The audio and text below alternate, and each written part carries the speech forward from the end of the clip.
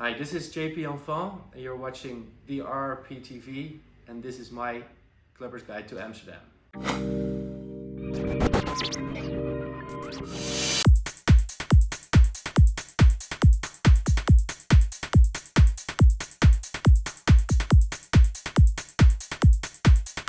Yeah, it's very hard to pin down, but it's a place where I always go to have some fun. It's not open till very late, it's only till 3.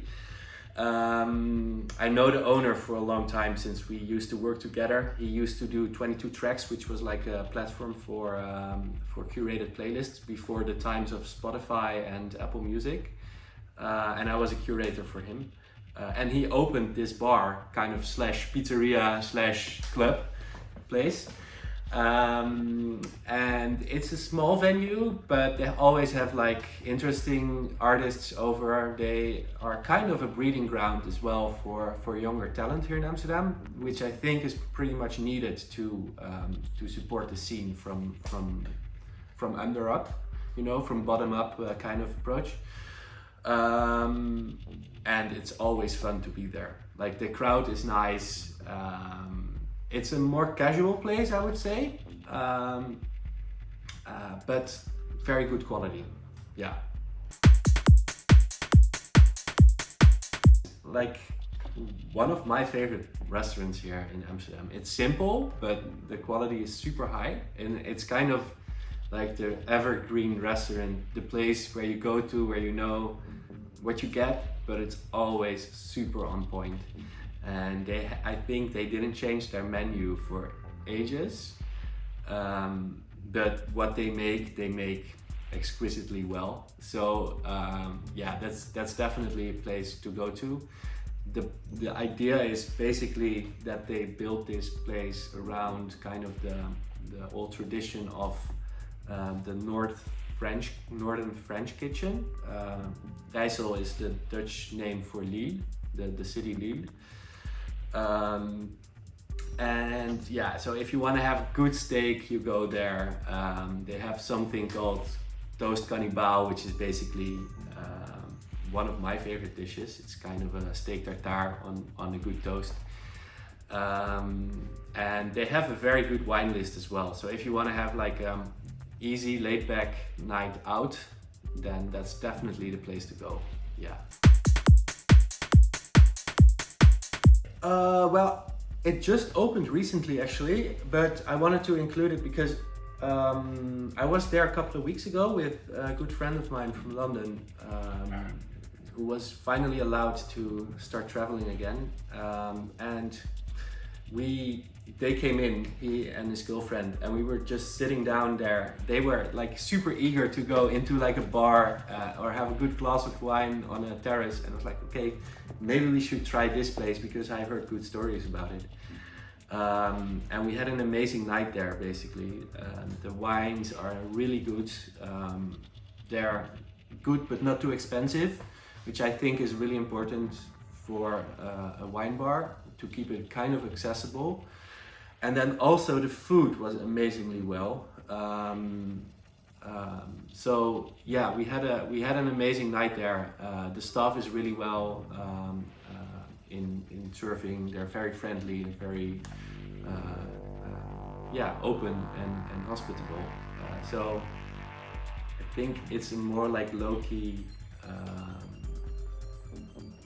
yeah, nice place to have. It is kind of a local spot. Yeah. Although it's in the Jordaan, which is more like a touristy area at the moment. Not right now, but normally, I would say.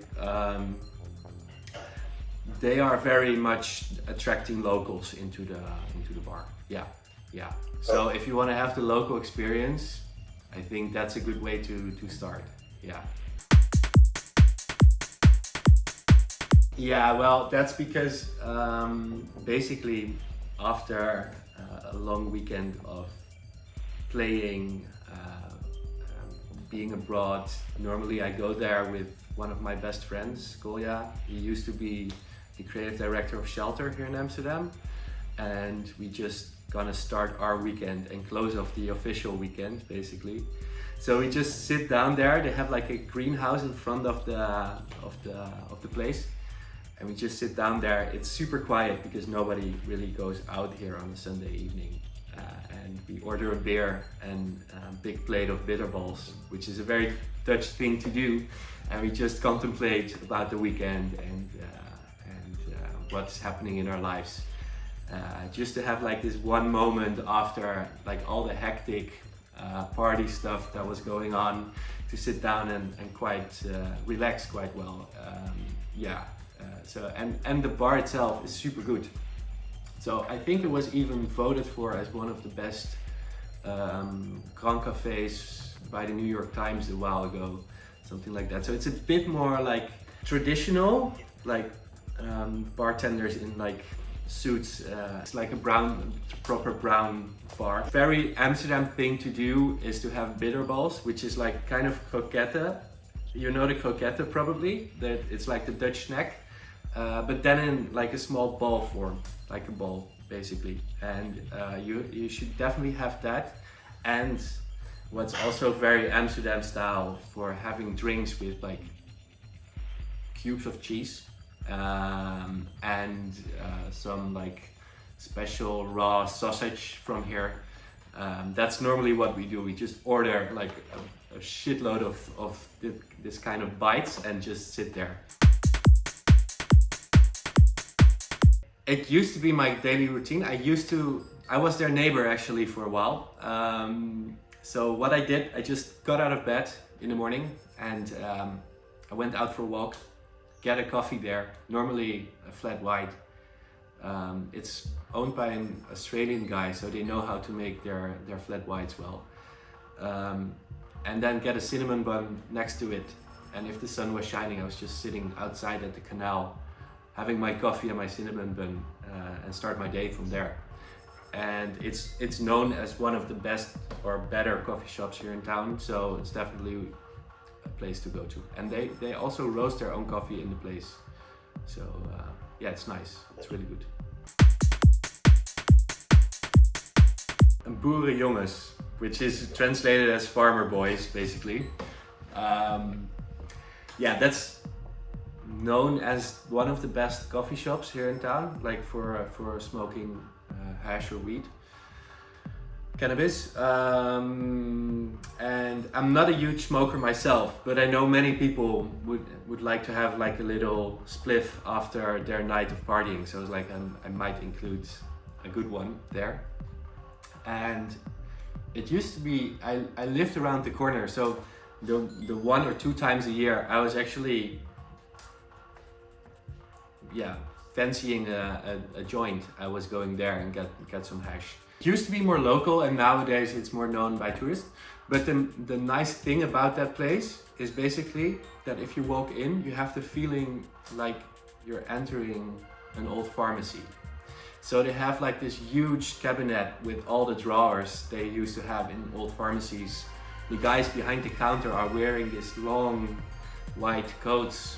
So it's really like you're getting kind of a medicine there. And that's also the idea, and I kind of like that experience as well. Yeah, it's not like your dodgy around the corner coffee shop basically. Well, and when the weather is nice, I would definitely go there. It's just a nice place it's in the middle of the city, and it's just a nice place to just calm down and sit down in the grass, having a picnic, maybe after your long night of partying, just to enjoy the sunrise a bit, waiting to go into the day again. Yeah, it's, I think, one of the better places where I relax. I live near to it, so personally I go there every morning for a run, but I don't think you will do that after a long night of partying. You're more like in a coming down phase, and I think it's also a nice place to do that. I see that often, that people go there on their come down and just chill there in the grass, have a spliff, hang out with friends, and after that go to bed. Yeah. Well, it's a very Amsterdam thing, I would say, so that was something you shouldn't miss out on.